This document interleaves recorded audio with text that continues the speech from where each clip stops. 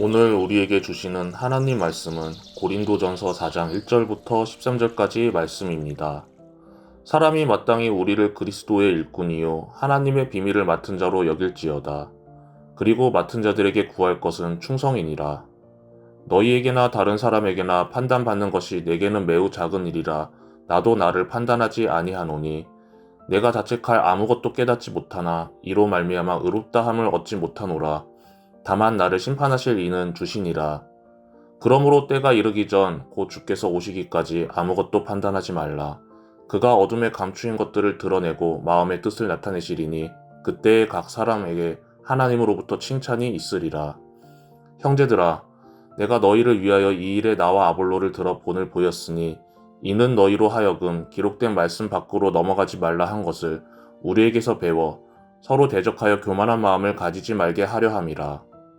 누가 너를 남달리 구별하였으냐? 내게 있는 것 중에 받지 아니한 것이 무엇이냐?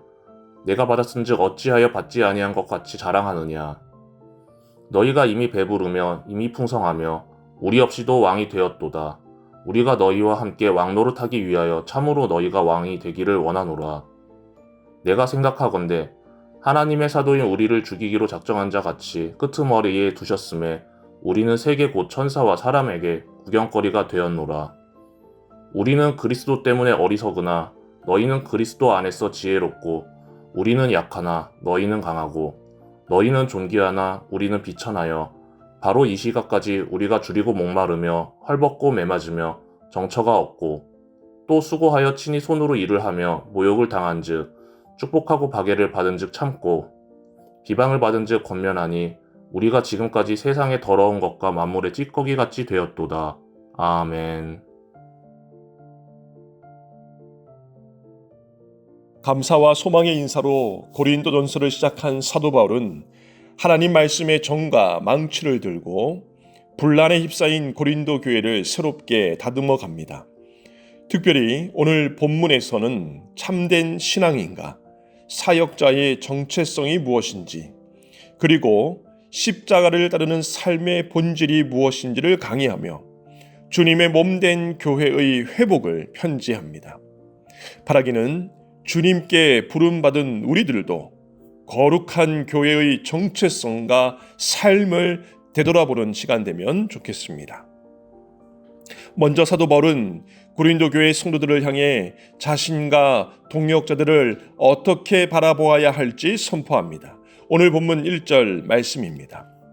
사람이 마땅히 우리를 그리스도의 일꾼이요 하나님의 비밀을 맡은 자로 여길지어다. 바울은 여기서 자신의 정체성을 설명하기 위해 아주 중요한 두 개의 표현을 사용합니다. 첫째는 일꾼이라는 표현입니다. 헬라어로 일꾼은 히페레테스입니다. 이 단어는 아래를 뜻하는 휘포와 노를 젓다라는 에레테스의 합성어입니다. 즉 일꾼이란 고대 로마 시대의 거대한 갤리선 배 밑바닥에서 보이지 않게 노를 젓는 최하층 노예를 가리킵니다. 이 표현은 우리의 정체성을 규정하는 중요한 표현입니다. 왜냐하면 바울 당시 배 밑바닥의 노 젓는 자는 자신의 뜻대로 배의 방향을 결정하지 않았기 때문입니다. 밖이 얼마나 아름다운지 풍랑이 얼마나 거센지도 볼 수 없었습니다. 오직 선장의 북소리에 맞춰 선장이 가라 하는 방향으로 묵묵히 노를 저을 뿐입니다. 바울은 이 모습을 연상하며 우리를 그와 같은 그리스도의 노예라고 소개합니다. 다시 말해 성도는 선장 대신 그리스도의 명령에 따라 배 밑바닥에서 땀 흘려 노를 젓는 자들이라는 뜻입니다. 둘째는 맡은 자라는 표현입니다. 헬라어로 맡은 자는 오이코노모스입니다.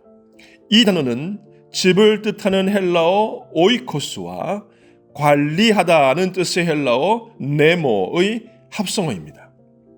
즉 맡은 자란 주인의 재산과 집안일을 대신 관리하는 종을 가리킵니다.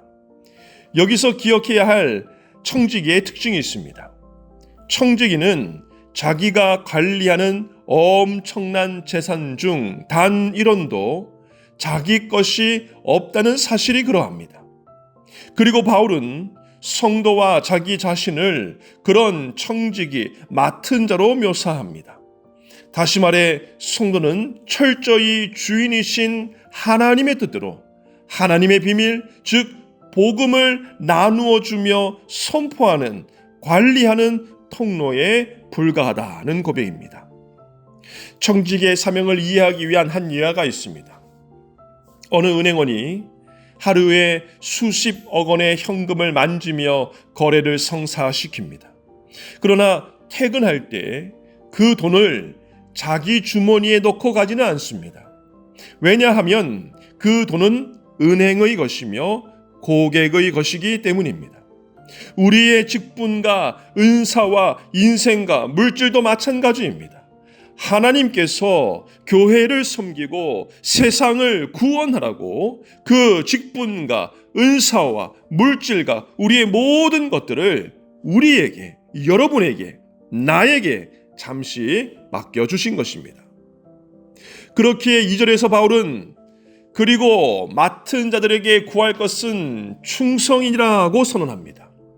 여기서 충성에 해당하는 헬라어 피스토스는 고린도전서 1장 9절에서 살펴보았듯이 믿을 만한, 신뢰할 수 있는, 언약을 지키는 이라는 뜻입니다.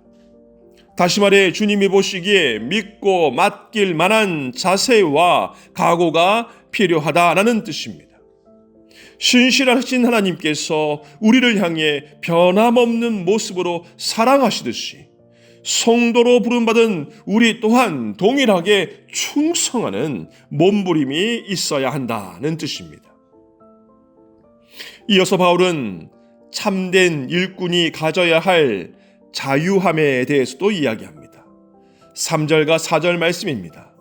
너희에게나 다른 사람에게나 판단받는 것이 내게는 매우 작은 일이라. 나도 나를 판단하지 아니하노니 다만 나를 심판하실 이는 주시니라. 고린도 교회 성도들은 바울의 설교 스타일, 외모, 배경을 두고 끊임없이 판단하고 평가했습니다. 바울은 글의 힘은 있는데 말이 시원찮다, 아볼로가 훨씬 지혜롭다 라며 파당까지 지었습니다. 그러나 바울은 사람들의 그와 같은 판단을 매우 작은 일로 여겼습니다. 심지어 자신에 대한 자기 스스로의 평가도 내려놓았습니다. 이런 모습이 오늘을 살아가는 우리 그리스도인들에게 심히 중요합니다.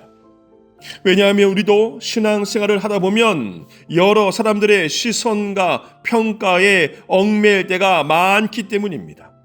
하여 마음속으로 내가 이렇게까지 봉사하는데 사람들이 왜 알아주지 않을까? 저 사람은 나의 수고와 헌신을 왜 그렇게밖에 말하지 못할까? 라며 속상해하기도 합니다. 그러나 바울은 단호히 말합니다. 5절 말씀입니다. 때가 이르기 전 곧 주께서 오시기까지 아무것도 판단하지 말라. 사랑하는 서문 가족 여러분, 어둠 속에 감추어진 것들을 드러내고 마음의 뜻을 나타내실 분은 오직 예수 그리스도 한 분뿐이십니다. 그러니 새벽을 깨워 기도하는 성도들은 사람의 칭찬에 교만하거나 사람의 비난에 낙심하지 말아야 합니다. 오직 불꽃 같은 눈동자로 우리의 중심을 보시는 주님의 칭찬만을 기대하며 나아가야 합니다. 5절 하반절 말씀입니다. 그때에 각 사람에게 하나님으로부터 칭찬이 있으시라. 한편 오늘 본문의 후반부인 6절부터 바울의 어조는 매우 역설적이고 애끓는 심정으로 바뀝니다. 고린도 교회 성도들이 스스로 왕이 되었다고 착각하며 교만에 빠져 있었기 때문입니다. 이는 바꾸어 말하면 예수님의 이름으로 세상에서 높아지고 부유해지고 지혜로워지기만을 원했다는 뜻이기도 합니다. 하여 오늘 본문 8절에서 바울은 다음과 같이 애통해합니다. 너희가 이미 배부르며 이미 풍성하며 우리 없이도 왕이 되었도다. 반면 복음을 전한 사도들의 실제 삶은 어떠했습니까? 노예와 같던 삶이었으나 끝까지 하나님 앞에서 충성하던 자들의 삶이었습니다. 때문에 바울은 사도들의 삶을 원형 극장의 콜로세움으로 비유합니다. 9절 말씀입니다. 내가 생각하건대 하나님이 사도인 우리를 죽이기로 작정된 자같이 끄트머리에 두셨음에 우리는 세계 곧 천사와 사람에게 구경거리가 되었노라. 참으로 역설적인 고백과 상황이 아닐 수 없습니다. 고린도 성도들은 스스로 지혜롭고 존귀하다고 여겼지만 바울과 사도들은 그리스도 때문에 어리석은 자가 되기를 자처했기 때문입니다. 당대 최고의 학문을 수련했던 바울은 주님의 복음을 위해 늘 줄이고 목마르며 헐벗고 매맞으며 정처가 없는 삶을 살았습니다. 또 모욕을 당하면 축복하고 박해를 받으면 참고 비명을 받으면 오히려 겉면까지 했습니다. 그 결과 13절의 고백처럼 세상의 더러운 것과 만물의 찌꺼기가 같은 삶을 살게 됩니다. 여기서 세상의 더러운 것과 만물의 찌꺼기라는 단어는 고대 헬라 사회의 끔찍한 풍습에서 유래한 단어입니다.